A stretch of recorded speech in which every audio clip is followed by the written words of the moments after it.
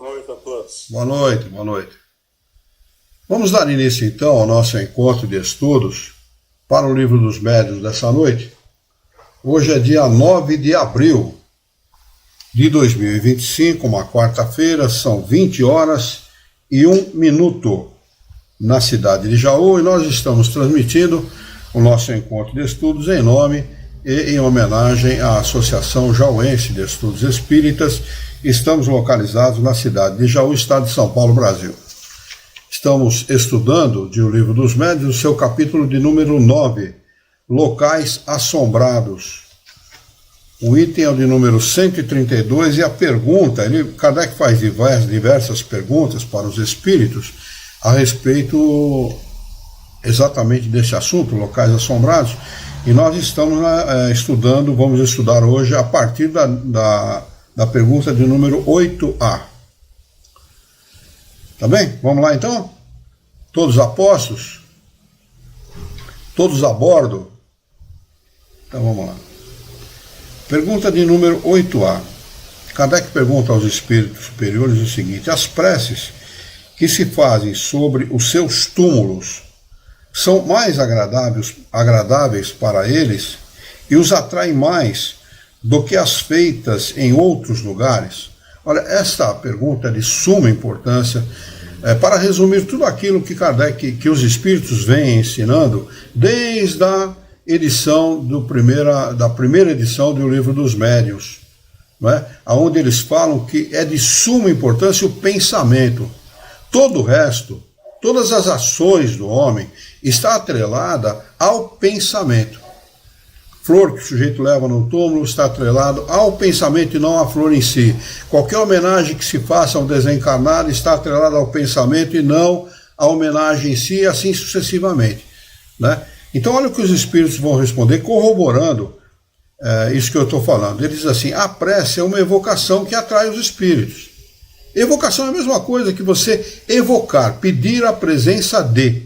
Evocar é isso, não é?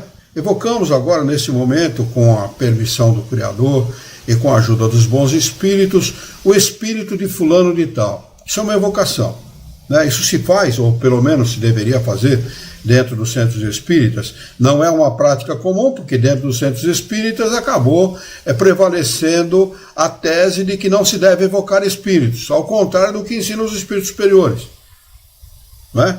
Então a prece é uma evocação. Toda vez que você pensa num ente querido, numa pessoa amada, encarnado ou desencarnado, você está se dirigindo diretamente ao espírito daquela pessoa, emitindo vibrações, ondas cerebrais que vão atingir aquela pessoa para o bem ou para o mal.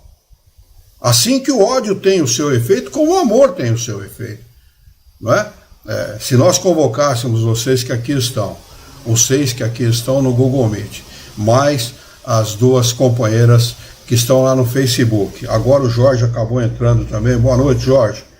Estamos juntos, Araçoiaba da Serra, está lá no Ceará conosco, né? Obrigado pela sua presença, viu, Jorge? Se nós convocássemos os 6 daqui, mais os 3 que estão no Facebook, agora nós vamos nos unir e vamos mentalizar ódio fervoroso contra fulano de tal. Com certeza nenhum aceitaria. Por quê? Porque nós sabemos do impacto negativo que isto causa em nós mesmos. E nós mesmos, para a pessoa, causa um impacto muito grande, mas para aquele que emite pensamentos negativos, de ódio, rancor, inveja e qualquer outro vício de pensamento, causa também um impacto muito grande, né? Por isso que ele responde assim: a prece é uma evocação que atrai os espíritos, como o sabeis. Quer dizer, eles vêm falando isso desde da primeira edição do Livro dos Espíritos, ensinando até agora, corroborando isto. Ele diz: a prece tem tanto maior ação quanto mais fervorosa e mais sincera. Repetição de palavras, como a gente já aprendeu, não significa nada e não tem nenhuma efetividade. Repetir palavras é apenas repetir palavras. A prece tem que ser acompanhada de sinceridade e fervor, não é? É isso que ele está dizendo aqui. Ora, Diante de um túmulo venerado, as pessoas se concentram mais e a conservação das relíquias piedosas é um testemunho de afeição que se dá ao espírito, ao qual ele é sempre sensível. É sempre o pensamento que age sobre o espírito e não os tributos. Sobre o espírito e não os objetos materiais. Esses objetos se influem mais sobre aquele que ora, fixando-lhe a atenção, do que sobre o espírito. O objeto só tem um propósito, fixar a atenção de quem está olhando para o objeto. Para o espírito não tem o menor valor. O espírito ele pode se interessar pela afeição que você dedica àquele objeto em homenagem a ele. Não é? Você se dedica, por exemplo, uma afeição especial ao anel que pertenceu à sua avó. Por exemplo, uma hipótese, hipoteticamente falando. Né? O anel, para o espírito, não tem a menor representatividade, mas a afeição que você dedica àquele objeto em nome de uma pessoa tem significado. Por quê? Porque está atrelado o pensamento ao objeto. Então é o pensamento que vale e nunca o objeto em si. O espírito se agrada daquilo que você sente, pensa e projeta através do pensamento em função do objeto. Eu não sei se eu me fiz entender corretamente, né? Mas é isso. Quer dizer, o objeto para o espírito não tem o menor valor, o mundo não tem valor, um país não tem valor, a própria família, dependendo da família, da afeição que a família dedica, da atenção ou da desatenção que a família dedica para o espírito, não tem o menor valor também. O espírito só se liga àqueles que o amam, aqueles que o amam verdadeiramente, não é? Diante disso, pergunta Kardec, a crença em locais assombrados não pareceria absolutamente falsa? Resposta, dissemos que certos espíritos podem ser atraídos por coisas materiais, espíritos imperfeitos, naturalmente, porque os mais avançados estão distantes disso. Podem sê-lo por certos lugares que parecem escolher como domicílio, até que cessem as razões que os levaram a isso. Espírito imperfeito, progride, muda a sua maneira de pensar e aquele local não tem mais valor nenhum para ele, o mesmo valor que tinha antes. Não é? É assim que a coisa funciona. Então ele pode eleger por imperfeição, por atraso moral e intelectual dele, ele pode eleger um lugar como domicílio. Bom, aquele lugar ali é meu, eu decidi que é meu e está acabado. O espírito pensa como nós, né? Não tem gente que invade casa dos outros, casa que não é dele. Aqui no Brasil nós temos essa gracinha, né? É uma graça, isso é lindo, é maravilhoso de ver, né? Invade a casa do sujeito e fala, não, agora a minha casa é minha, acabou. Não tinha ninguém aqui. Né? Da mesma maneira que os encarnados fazem isso, os desencarnados fazem da mesma forma, por atraso. Porque falta a pessoas que invadem a casa dos outros, no mínimo honestidade, para ser bem suave naquilo que eu estou falando, para não falar outra coisa. Não é? Porque a legislação não permite e o bom senso e a honestidade não deveriam permitir também. Se as pessoas tivessem bom senso e fossem honestas, isso não aconteceria. E assim fazem os desencarnados. Só que os desencarnados fazem com a liberdade de não serem percebidos, não serem vistos, né? Observados, notados muitas vezes. Eles se fazem aparecer, eles se fazem surgir, notar pela ação de fenômenos mediúnicos que eles acabam promovendo para serem notados mesmo, com esse propósito. Né? Falar, estou aqui. Né? Eu pertenço, esse lugar aqui é meu, não vem me incomodar. Mas a partir do momento que cessem as razões, como dizem os espíritos, isso desaparece. Questão de número 9A. Quais as razões que podem levá-los a isso? Resposta. Sua simpatia por algumas das pessoas que frequentam os lugares, ou o desejo de se comunicarem com elas. O mais comum é o desejo de se comunicarem com as pessoas. Eles querem dizer, eu estou vivo, eu não desapareci, embora vocês acreditem, continuem acreditando como eu acreditava, que a morte é o fim de tudo, eu estou aqui para dizer que não é. Não é o fim de tudo, não. a vida prevalece, a imortalidade do espírito é uma verdade. E às vezes é interessado nisso, com esta preocupação, que os espíritos se mostram aos encarnados, tentando despertar no encarnado esta realidade que muitos não se atêm, que muitos ainda não despertaram, uma realidade para a qual muitos ainda não se despertaram, e é necessário se despertar-se. Alexandre, quer falar alguma coisa? Luiz, só um esclarecimento. A questão da evocação, ela necessariamente não se faz somente através da prece, né? O pensamento já é uma forma de evocação, correto? Sim, correto. É isso mesmo. Só que a prece é o quê? Um pensamento dirigido. A prece é um pensamento dirigido, com um propósito específico. A prece sempre tem um propósito específico. Louvar a Deus, demonstrar àqueles que já desencarnaram, mesmo aos encarnados, que nós os amamos. E toda vez que você faz um bom pensamento, seja por uma pessoa que você ama ou por um desconhecido, você está ajudando aquela pessoa.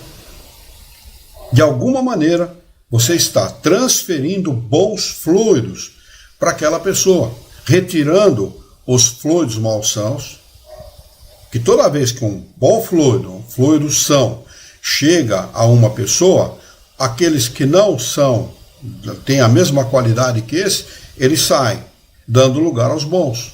Isto é o passe espírita. Isto é o passe espírita.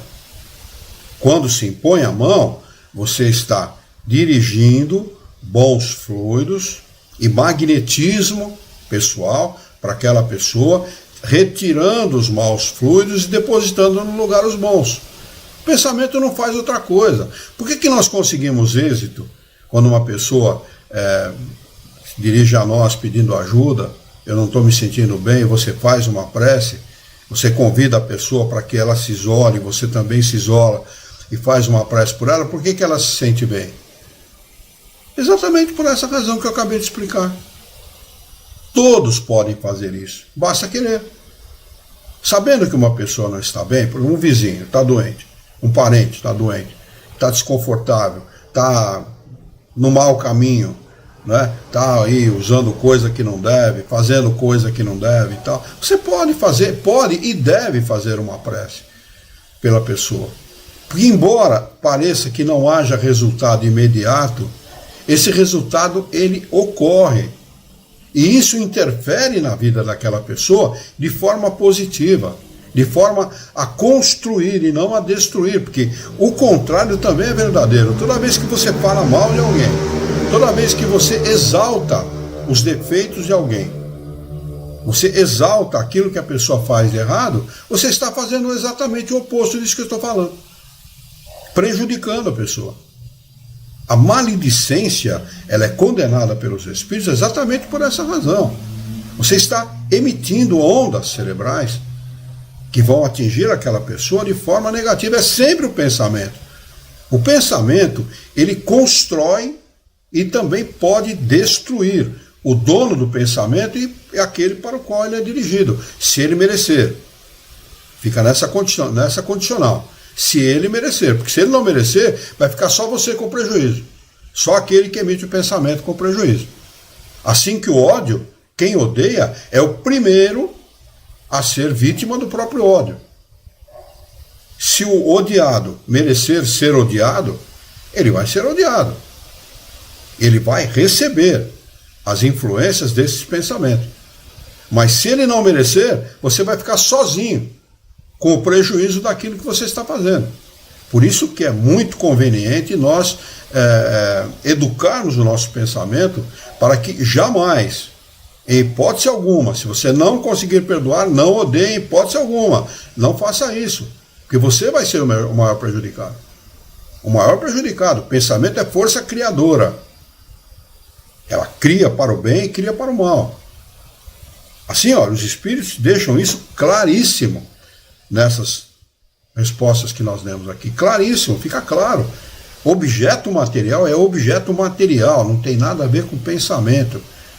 Pensamento é pensamento. Objeto material só tem uma função: dirigir o pensamento, orientar o pensamento. A partir do momento que o homem aprende que uma prece sendo feita de forma clara, concisa e racional, ele atinge o objetivo da mesma maneira que aquela prece que você usa 200 palavras para fazer. A prece tem que ser assim. Leiam lá no capítulo 28 do livro dos Evangelho segundo o Espiritismo, das preces. Leiam lá o que é a prece. Né? A prece tem que ser isso: concisa, racional e objetiva. Nós temos que conversar com Deus, falar com Ele de forma clara, objetiva, como nós estamos falando aqui, sobre qualquer assunto, de forma clara e objetiva. Dirigir-se a Ele como nós nos dirigimos uns aos outros, da mesma maneira. Ele não está distante de nós. O Criador, ele é onisciente e onipresente. Ele está junto de nós. Junto, colado. Nós somos criaturas. Fomos criados por Deus. E amados por Ele. Deus nem condena, nem perdoa. Ele ama. Ele sabe as qualidades que nós temos, os defeitos que nós temos, os erros que nós podemos cometer. Por isso que Ele não condena. Quando Jesus fala assim: não condenes, porque com a mesma medida que condenares sereis condenados. Quando a mulher lá, a adúltera, né, que conta a passagem do Evangelho, o pessoal chega com a mulher adulta e diz assim: olha, mestre, a lei de Moisés manda que se apedreje estas tais até morrer. Como é que Jesus age? Ele abaixa e começa a escrever no chão, né, com o dedo. Não é assim que conta lá no Evangelho? Ele começa a escrever no chão com o dedo. Eu sempre fiquei intrigado com isso. Por que será que ele escrevia no chão, né? Aí, pô, é fácil da gente deduzir, né? Ele devia escrever assim: mentiroso, ladrão, corrupto, bandido, adúltero, né? Essas palavras que ele escrevia no chão. E o pessoal, que ele chamou quem está sem pecado atire a primeira pedra, o que eles liam no chão, que ele escrevia? Exatamente essas palavras, se identificavam com elas. Por isso que aquela não foi apedrejada. Então nós devemos nos mirar nos exemplos de Jesus, que diz que Deus está sempre junto de nós, que nós não devemos condenar, porque seremos condenados na mesma medida. Como é que nós podemos julgar um Einstein se nós não sabemos fazer nem conta de aritmética? Condenar um sujeito com aquela cabeça, com aquele conhecimento? Nós temos que levar isso em consideração. É perigoso fazermos juízo de valor sem que para isso nós tenhamos a estatura moral necessária. Não é não condenar, é ter autoridade moral para isso. Quando você tiver autoridade moral para isso, aí você pode julgar sem problema. Agora, quem tem autoridade moral, quem tem estatura moral, não faz isso. E sabe que ele não deve fazer. Ele sabe que não deve fazer. Ele sabe que não constrói nada. Não é? Vamos lá, vamos ver se tem alguma pergunta aqui. Aqui, não. Temos uma vida e várias existências. É isso mesmo, a vida é uma só mesmo, está correto. E as existências são muitas. O Marlene Branco está conosco. Boa noite, Marlene, para você também. Obrigado pela sua presença. Vamos lá. Eu acho que eu não li toda a resposta da 9A, não é? Penso eu. Eu vou começar a ler novamente. Sua simpatia por algumas das pessoas que frequentam os lugares ou o desejo de se comunicarem com elas. Foi aí que eu parei mesmo. Entretanto, suas intenções nem sempre são tão louváveis. Quando se trata de maus espíritos, podem querer vingar-se de certas pessoas das quais têm queixas. A permanência em determinado lugar pode ser também, para alguns, uma punição que lhes foi imposta, sobretudo se ali cometeram um crime, para que tenham constantemente esse crime diante dos seus olhos. É só ler o Céu e o Inferno, ou a Justiça Divina segundo a doutrina dos Espíritos, que vocês vão é ler casos, inúmeros casos a esse respeito. Gente que mata, espíritos que mataram outros dentro de uma casa e que permaneceram dentro daquela casa por centenas de anos, né? Como punição para o espírito, para que ele relembrasse o crime constantemente e fosse cobrado por isso. É assim que Deus age, né? É de forma a ensinar os espíritos o que eles devem e o que eles não devem fazer, né? Temos que ter sempre em mente isso. Deus está sempre junto conosco, sempre junto, nas horas felizes e nas horas infelizes, na punição e na felicidade, sempre junto conosco. Deus não abandona nunca os seus filhos, né? Sempre Ele está nos acompanhando em todas as circunstâncias, até porque Ele precisa medir as nossas intenções, né? Porque os espíritos são julgados por isso, não é pela ação, é pela intenção. É pela intenção que nós somos julgados, pelas leis de causa e consequência.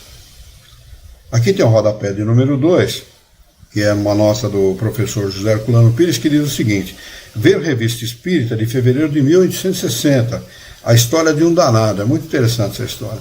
O caso mencionado não só confirma a explicação acima, como também representa um dos episódios mais instrutivos da pesquisa espírita realizada por Kardec, indispensável a sua leitura para a boa compreensão do problema tratado nesse capítulo. Leiam lá, gastem aí o seu tempo do dia 5 minutos, 10 minutos, e leiam essa Revista Espírita de 1860. Para quem não tem, é só entrar no nosso site e você pode baixar toda a obra de Kardec gratuitamente.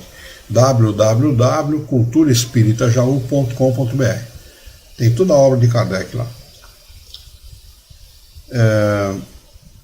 Questão de número 10. Deixa eu ver se tem alguma pergunta, alguma colocação de algum dos nossos irmãos.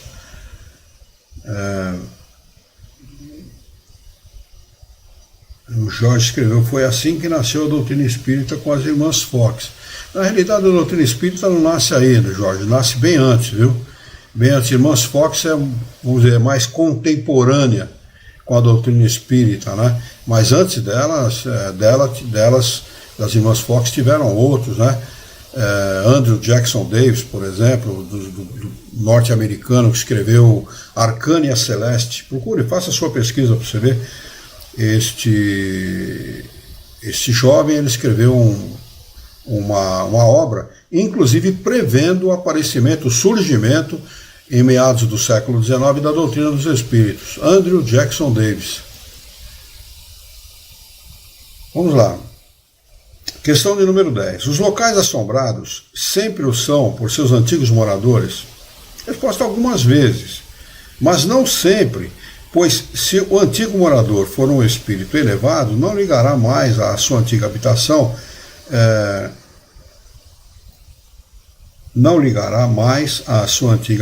do que ao seu corpo. A mesma importância que ele dava ao corpo, que é nenhuma, ele dá à habitação.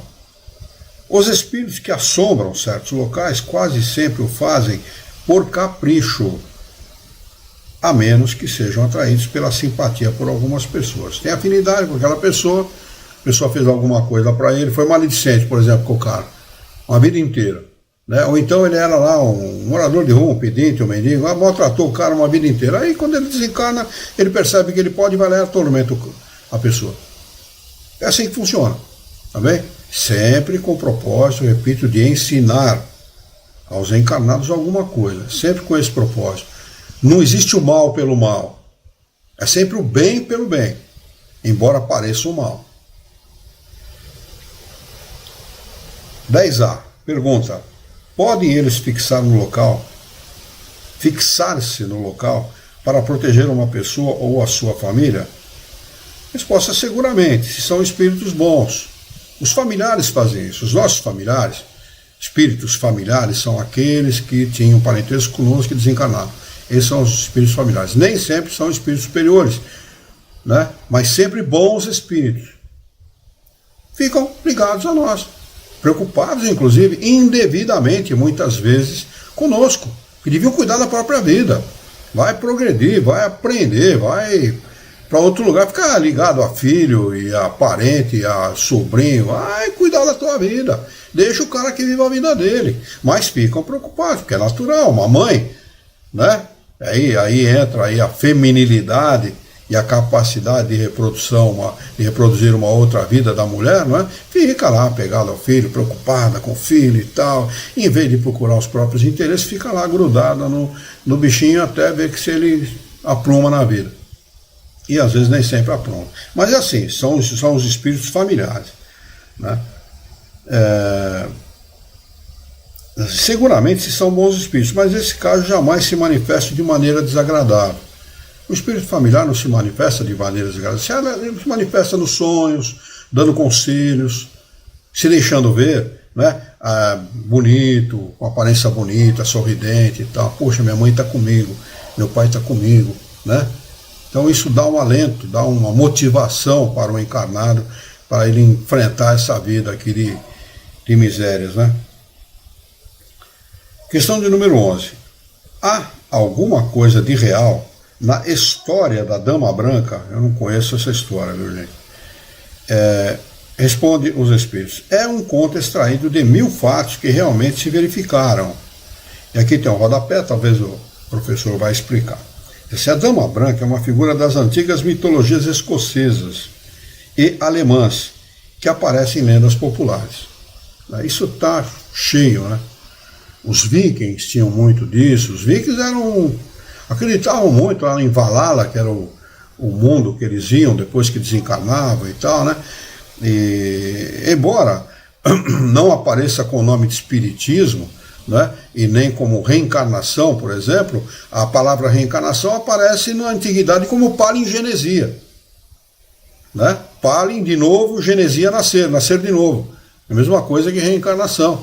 Aparece, faça a sua pesquisa, palingenesia, né? Aparece na antiguidade. O espiritismo não aparece com o nome de espiritismo, né? Mas os fenômenos espíritas aconteceram desde sempre, desde todas as épocas, desde as épocas mais remotas da humanidade. Os espíritos se manifestam para os encarnados, sempre se manifestaram. Não é novidade, o espiritismo não trouxe novidade. O que o espiritismo fez foi organizar essas leis, ensinar para o homem. Olha, isso é verdadeiro, né? Questão de número 12. Pergunta: é racional temer os lugares assombrados por espíritos? Olha, se é racional ou não a gente não sabe, mas certamente que muito fraudão geriátrico é gasto nessa história, né? Os espíritos respondem: não, é claro que não, é evidente que não. Mostre para ele que vocês não têm medo dele, e quem vai ficar assombrado é o desencarnado, não é você. Os espíritos que assombram certos lugares... Pois não, Eliane? Pode falar, minha irmã. Está fechado o seu microfone. Bem, eu não sei se eu já contei aqui, mas eu tive um compadre muito custoso, policial, que morreu. Aí morreu. Ele batia na mulher, ele era uma pessoa má. E aí um dia eu sonhei com ele, né? Quando ele morreu, ele até me devia, sabe? Dinheiro. Mas aí foi. Aí um dia eu sonhei com ele no batente da minha porta, com o pé na escada, assim, no degrau. Aí ele falou assim pra mim: eu posso ficar aqui na sua casa? Porque eu não tenho lugar pra ficar. A sua casa é segura. Eu falei: mas você já morreu, o que você tá fazendo aqui? Aí ele falou: eu não tenho lugar pra ficar, eu posso ficar aqui? Eu falei: pode. Aí pronto, ele ficou. Eu via ele sentado no sofá. Minha neta viu ele, de 3 anos. Quando ela tinha 3 anos, ela falou: vó, tem um homem preto aqui em pé que entrou pro banheiro. Então, ele não era parente, mas ele, como você dizia antes, ele não era parente, mas ele queria um refúgio, né? É isso, é natural, é assim mesmo. É assim que acontecem as coisas. E meu neto vê ele, diz que tá lá na minha casa até hoje. Tá lá, eu não tenho medo dele não. Eu até brinco com ele. Então, ele vai fazer, que mal ele pode te fazer? Ou que mal ele pode fazer aos encarnados que habitam a casa? Nenhum. Na realidade, ele é um necessitado. Ele é um mendigo espiritual. Ele não tem, o que ele te falou em sonho é verdadeiro, não tem onde ficar. Está perambulando pela rua aí, ao léu. Matou muita gente, né? Bateu, matou. Você imagina, como é que o cara deve estar se sentindo moralmente, né? Porque tudo isso tem um peso muito grande na vida espiritual. E o fato do espírito ficar ao léu, sem rumo, sem destino, sem ver aqueles que ele ama, ou sem o alento, né, do amor das pessoas que ele ama, causa esse tipo de prejuízo para o espírito. O espírito se vê perdido, né? E é também com o objetivo de ensinar o desencarnado, viu? Assim como o encarnado, viu? O objetivo é sempre ensinar. Ele vai chegar um momento em que ele vai despertar. Tomara. Tomara não, é isso que acontece. Faz parte da lei de Deus. A lei do progresso, que é uma lei natural, é uma lei divina, ela prevê exatamente isso. Chega um momento que o espírito desperta, ele fala, pô, peraí, e aquilo que a minha mãe falava, que o papai falava, que a minha tia falava, que minha avó falava a respeito de Deus, que nós devemos nos dirigir a Deus, né? Fazer uma prece, cantar um hino. É isso que o espírito lembra. E ele fala, poxa, eu vou tentar, vamos ver o que dá. Eu vou tentar me dirigir a Deus. E ele, porque já está sofrendo muito, ele faz isso de que maneira? Humilde. Coisa que ele não era, né? Ele se dirige a Deus de maneira humilde, e aí ele ganha o direito, ensinado pelos espíritos superiores, viu? Ele ganha o direito de fazer aproximar os bons espíritos dele.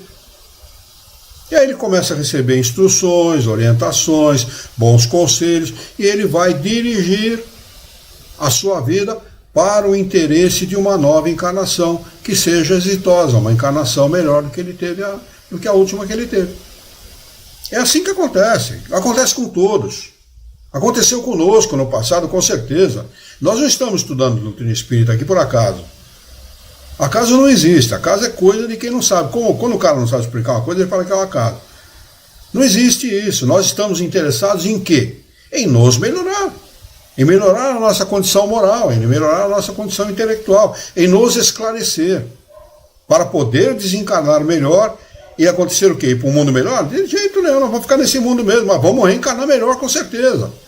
Num corpo melhor, com menos problemas, com uma mente mais tranquila, mais equilibrada, não é? Numa situação melhor. Que é isso que faz o progresso do espírito, melhorar cada vez mais, até merecer sair dessa balbúrdia que é esse planeta Terra. Né? Mas é isso, viu, Eliane? Vamos lá.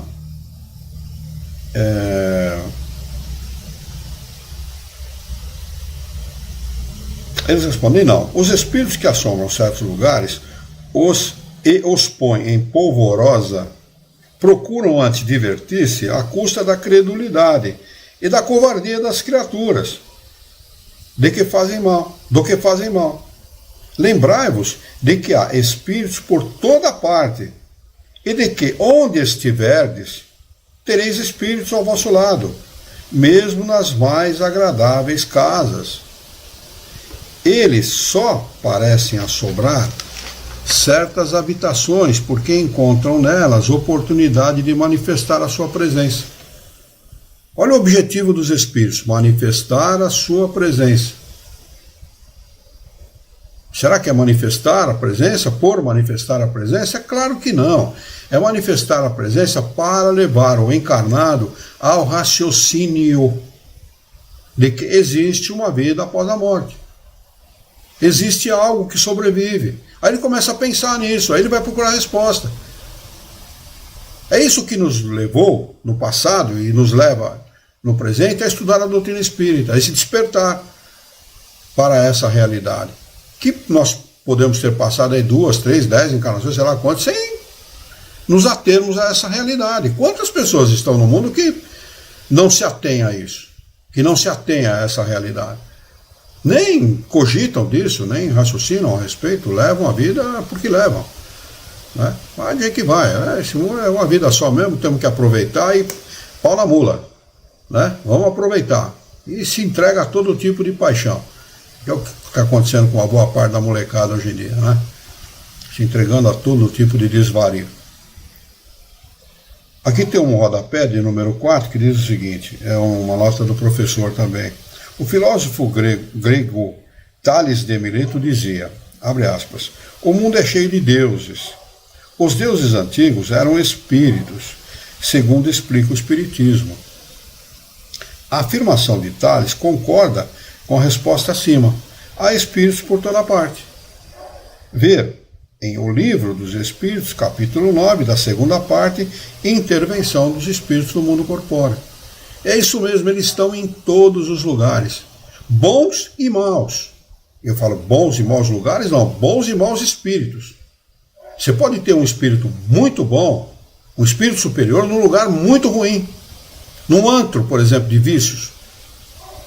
Não é? E você pode ter um espírito muito mau dentro de uma igreja, dentro de um templo, dentro de uma centro espírita, ou sei lá, num lugar que você considera muito bom. Dentro da sua própria casa. Não é? Por quê? Tem que haver uma interação, uma interinfluência entre encarnados e desencarnados. Porque é isso que faz o progresso dos espíritos. Nós os influenciamos, eles nos influenciam e todos progridem. Sempre lembrarmos que o homem é um espírito gregário. O homem é um espírito para conviver em sociedade. E quando a gente fala em sociedade, nunca esquecer que a nossa sociedade é composta por espíritos. Não adianta negar isso.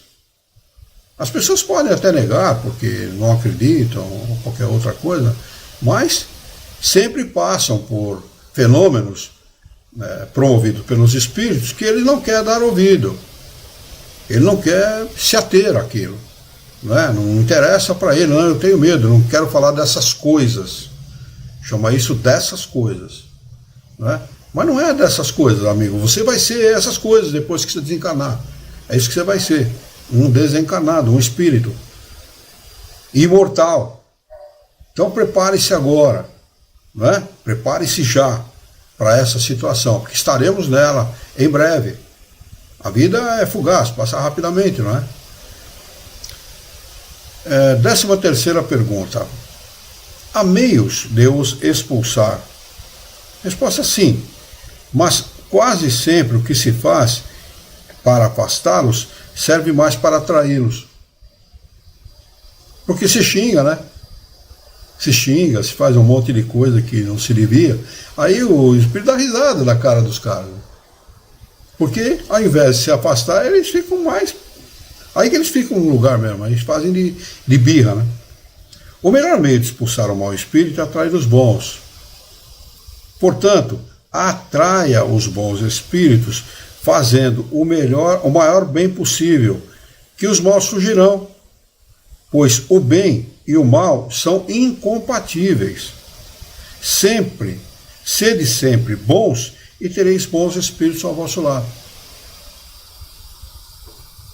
Olha, a equação é simples, é fácil, é uma conta muito simples, é uma conta muito fácil de ser feita. Mau comportamento associado ao mau espírito. Bom comportamento associado ao bom espírito. Você poderá ter maus espíritos próximos de você, se você sempre se comportar bem? Poderá. Mas o que vai acontecer? Ele vai falar, aqui não é minha praia não, eu vou procurar outro lugar. Vou procurar outra coisa para mim fazer as minhas balbúrdias. Para mim é onde me dão espaço. E uma pessoa que tem um pensamento elevado, estejam certos disso, no lugar onde ela entra, aonde existam maus espíritos, eles fazem aquilo que o italiano fala de espianta. Se mandam. Eles não ficam no lugar. Eles vão embora. A hora que você sai, eles voltam. Se lá for o reduto deles. Mas a hora que você entra, eles vão embora. Porque, como dizem os espíritos, o mal é incompatível com o bem. 13ª A. Pergunta. Mas há pessoas muito boas que vivem às voltas com as tropelias dos maus espíritos. Afirma Kardec. Não é uma pergunta, é uma afirmação. Responde os espíritos a essa afirmação. Se as pessoas forem realmente boas, isso pode ser uma prova para exercitar-lhe a paciência. Exercitar-lhe a paciência e incitá-las a serem ainda melhores. Mas não acrediteis que os que mais falam da virtude é que a possuam. Os que possuem qualidades reais quase sempre o ignoram ou nada falam a respeito. Então, a afirmação de Kardec ela é parcialmente verdadeira, mas não tão verdadeira assim, né? Pergunta de número 14, 14ª pergunta. Deixa eu ver se tem alguma... O Jorge escreveu aqui: estamos em uma transição planetária. Faz tempo já, Jorge, desde o tempo de Jesus, viu? Os espíritos mal tá? É mal com L, é mal com L, não é mal, é mal com U, viu, o Jorge? Ainda vão reencarnar aqui na Terra ou em outros planetas. Vão reencarnar até que Deus acha que devam reencarnar. Né? Chega um momento em que não vai ter mais espaço para esses caras, porque os espíritos vão superar o mal e eles não vão reencarnar mais aqui. A partir do momento que o homem comece a agir bem, ele espanta da Terra os maus espíritos. É assim que acontece. Não vai haver cataclismo, guerra mundial que vai acabar com tudo. Isso é história, é conversa, não vai acontecer nada disso. Né? O processo que Deus usa não é esse, destruir para construir. É construir, construir e construir. Né? Nós estamos construindo bem, apesar de tudo. Apesar de parecer o inverso, nós estamos construindo bem. Por quê? Porque sempre, todos os dias, saem milhares de espíritos bons no nosso planeta e vão habitar um planeta melhor. E reencarnam aqui outros para aprender a se tornarem bons espíritos. Porque quando nós fazemos uma análise do planeta, nós analisamos só aquilo que nós vemos. E aquilo que nós não vemos? E os bons espíritos que reencarnam aqui para nos ensinar? E aqueles que dão bons exemplos? Tem muitos aí, não precisa ser gente, né? Uma Madre Teresa, uma Irmã Dulce, nada disso. São pessoas comuns, pessoas do dia a dia. Lembra aquele caso que o Lula chamou o cara de tonto, que era um faxineiro do aeroporto de Brasília, que achou um pacote de dólar dentro do aeroporto e devolveu para o dono, que o Lula, ele foi entrevistado pelo Lula. Entrevistado não, tem uma conversa lá com o Lula, era presidente na época, né? Ele demonstrou bem quem ele é até hoje, chamando o cara de idiota, né? Você não devia ter devolvido nada, você ganha pouco e tal. Mas gente assim é que nos dá o exemplo no dia a dia. E o contrário também é verdadeiro, gente que rouba carga de caminhão, carro bom, para do lado do caminhão e rouba a carga ao invés de socorrer o motorista, vão lá e roubam a carga, saqueiam o caminhão de forma absurda, indigna, né? De forma... não tem nem adjetivo para qualificar uma pessoa como essa. Pergunta Kardec aos espíritos o seguinte: que pensar da eficácia do exorcismo para expulsar os maus espíritos dos locais assombrados? Vejam a resposta dos espíritos a esse respeito. Exorcismo é o método que a Igreja Católica usa e muitos evangélicos usam para expulsar os maus espíritos. Respondem: viste muitas vezes esse meio dar resultado? É claro que não dá resultado. Evidente. Porque quem manda o mau espírito embora, ele só pode mandar se ele tiver autoridade moral. A ascendência moral é que incide sobre o espírito. E não palavras, objetos, amuletos, vela, esse tipo de coisa. Não é? Então, não dá resultado mesmo. Não vistes, ele segue, pelo contrário, redobrar-se a tropelia após as cerimônias de exorcismo? Como é que é o nome daquele lugar? Os Obsediados de Morzine, se eu não me engano é isso. Está na Revista Espírita. Coloquem lá na procura Morzine, M-O-R-Z-I-N-E, Morzine. Se eu não me engano, é os Obsediados de Morzine. É uma cidade inteira, um vilarejo, que foi obsediado coletivamente. Coletivamente, todo mundo obsediado. E a igreja foi lá, chamada várias vezes e tal. E não conseguia nada, porque eles usavam esses métodos aqui. Aí Kardec fez um trabalho e tal, e conseguiu auxiliar as pessoas. Mas leiam, vale muito a pena conhecer. Se eu não me engano, é Os Obsediados de Morzine, o título. São vários, se eu não me engano, está em 2 ou 3 revistas espíritas, na sequência, porque é muito longo. Então Kardec conta em partes até a última parte.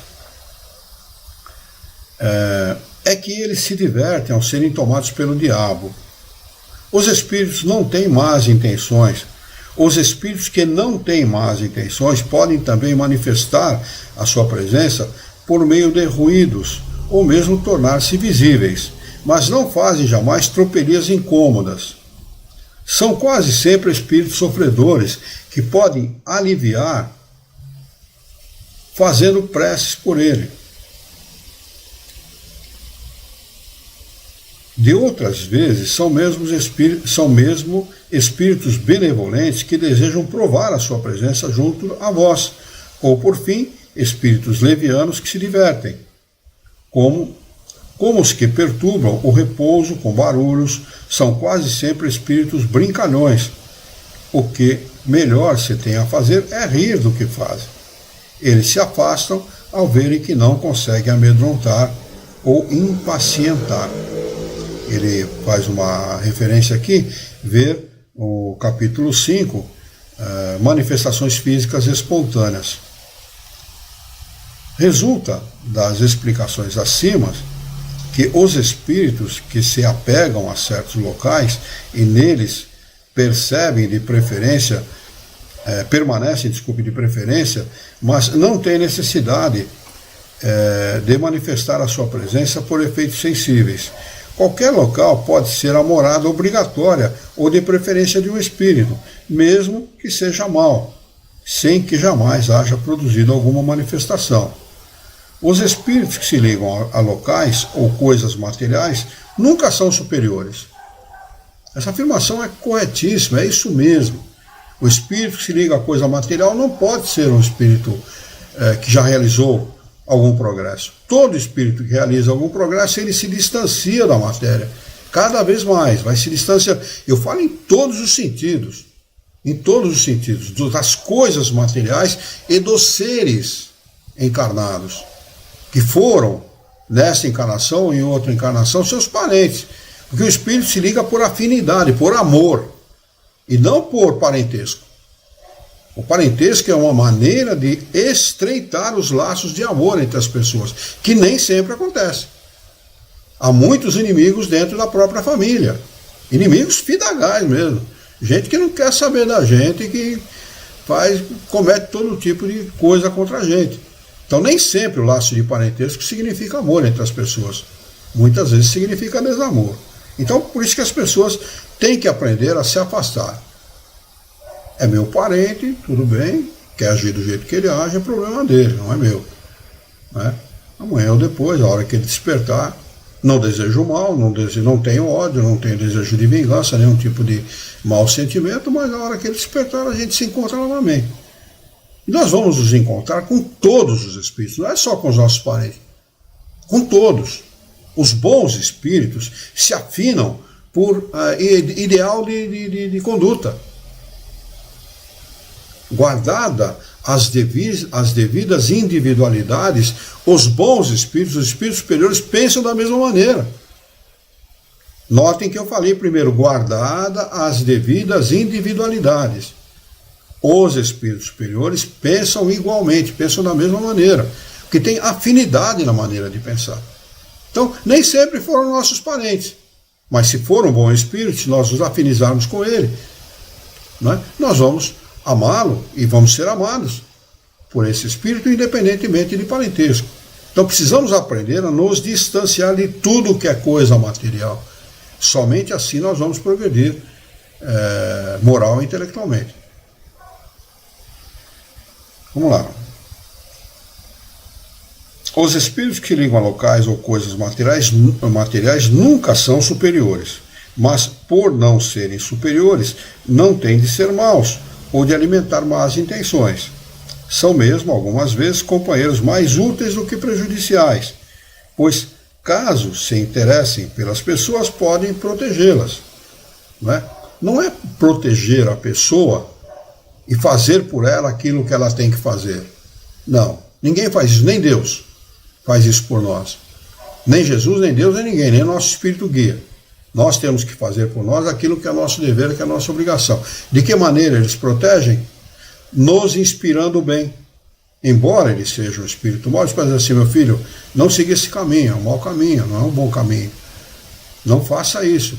E fazer com que aqueles que desejam, que têm ódio por nós, também sejam inspirados para o bem. É assim que eles protegem, que eles nos protegem. Dessa forma. Muito bem, se não houver ninguém quiser acrescentar nada, se não tiver nenhuma dúvida, nós vamos passar para o próximo capítulo. Deixa eu ver aqui se tem alguma pergunta. Nenhuma pergunta. Podemos passar para o capítulo de número 10? Muito bem. Capítulo de número 10. Natureza das comunicações. Vai tratar de comunicações grosseiras, frívolas, sérias ou instrutivas. Séria e instrutiva são semelhantes. Item de número 133. Dissemos que todo efeito que revela na sua causa um ato de vontade livre, por insignificante que este seja, denuncia através dele, uma causa inteligente. Assim, um simples movimento de mesa que responde ao nosso pensamento ou apresenta um caráter intencional pode ser considerado como manifestação inteligente. Se acontecesse apenas isso, nosso interesse no caso seria bem reduzido. E quando ele fala nosso interesse, ele está falando do interesse dele, né? É Kardec falando. Não obstante, já teríamos uma prova de que nesse fenômeno há mais do que simples ação material. É isso que chama a atenção de Kardec, né? A inteligência que está por trás de uma manifestação. Porque é isso que ele pensa. Quando ele se aproxima da doutrina espírita, uma das coisas que foi dita para ele foi assim: olha, o magnetismo humano, além de movimentar mesa, responde pergunta. Eu vou, peraí, movimentar a mesa até sou capaz de compreender, mas responder pergunta, só a inteligência faz isso. Mas ela não tem inteligência, porque o magnetismo é capaz de fazer movimentar objetos, viu? Tá? Tem uma médium russa, Nina, eu não vou lembrar o sobrenome dela agora, mas é Nina alguma coisa. Tá? Ela com a mão, isso filmado e tudo, na época dela, meados do século, no final do século XIX, alguma coisa assim. Ela com a mão impõe a mão sobre um objeto, e em cima desse objeto tem uma cúpula que o cientista coloca, que é para ela não ter acesso de uma forma nenhuma àquele objeto, e com a mão ela faz movimentar aquele objeto. Né? Então, a ação do magnetismo humano é capaz de movimentar objetos. Então, isso é que Kardec fala. Eu até entendo que uma mesa pode ser movimentada, porque um magnetizador associado a mais 10 magnetizadores tem uma força muito grande. Mas responder perguntas, isso carece de inteligência. É a isso que Kardec se ateve. Pesquisei para você aqui, Nina Colagina, né? Isso, colágena, isso mesmo. Isso mesmo. Colagina. Isso mesmo. É muito legal, viu? Tem filmes dela na internet, Nina Colágena. Ela tem filmes dela na internet mostrando os fenômenos que ela promove. Lá na União Soviética, onde os caras são ateus, graças a Deus. Ele segue. A utilidade prática que disso poderíamos tirar seria nula, ou pelo menos muito restrita. Mas tudo se modifica quando essa inteligência se desenvolve, permitindo uma permuta regular e contínua de ideias. No começo, eram só movimentações de mesa, batidas, né? Uma batida para sim, duas para não, mas depois começou a se desenvolver um alfabeto em torno dessa mesa, uma peça que se movimentava indicando as letras formavam palavras, palavras formavam frases, frases formavam textos, e foi progredindo, até chegar na psicografia. Um médium escrevente, que esse é o nome que a doutrina espírita dá para essas pessoas. Né? A coisa foi progredindo, como toda ciência, nenhuma ciência começa acabada. Toda a ciência que nós conhecemos, ela começa do começo, do mais simples para o mais sofisticado. Não foi diferente com a doutrina espírita. Não é?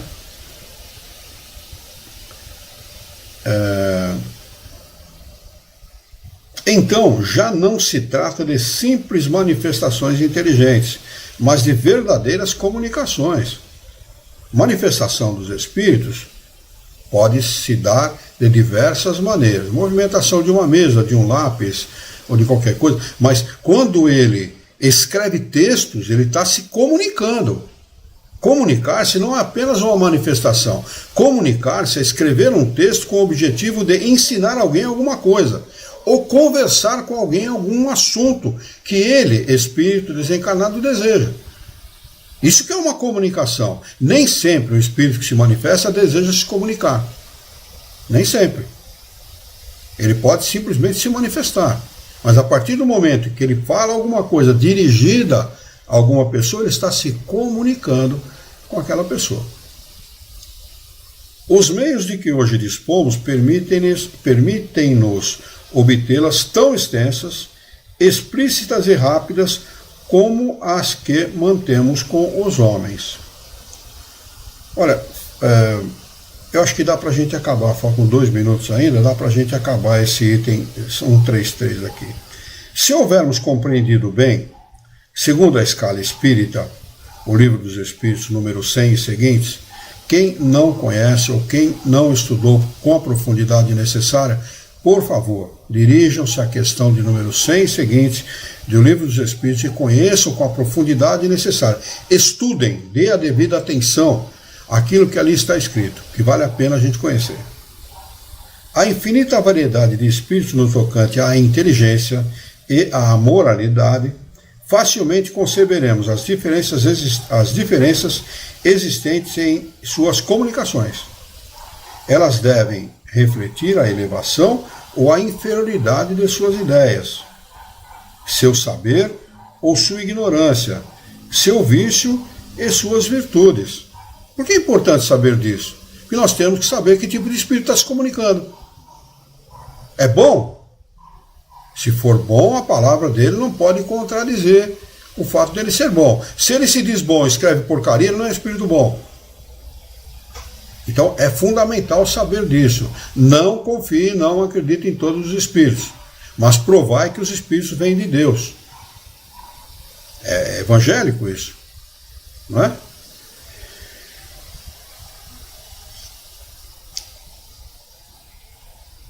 Numa palavra, não devem assemelhar-se mais do que as dos homens, desde o selvagem até o europeu mais esclarecido. Todas as suas diferenças podem ser classificadas em 4 categorias principais. Segundo suas características decisivas, elas se apresentam grosseiras, frívolas, sérias, instrutivas.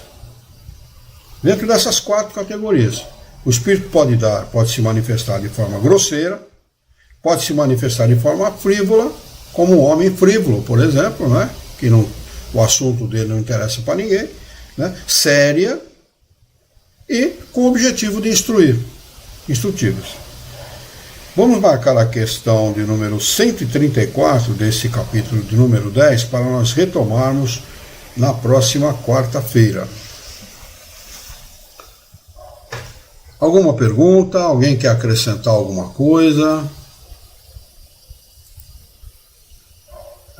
O pessoal lá do Facebook, se quiserem acrescentar alguma coisa ou perguntar alguma coisa, nós estamos à disposição. Se não houver nenhuma intervenção dos nossos irmãos, nós vamos encerrar com a nossa prece, os nossos estudos de hoje.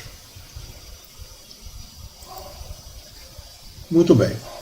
Vamos então elevar o nosso pensamento mentalizar a figura excelsa e amiga de Jesus de Nazaré, ele que é o nosso mestre, o nosso modelo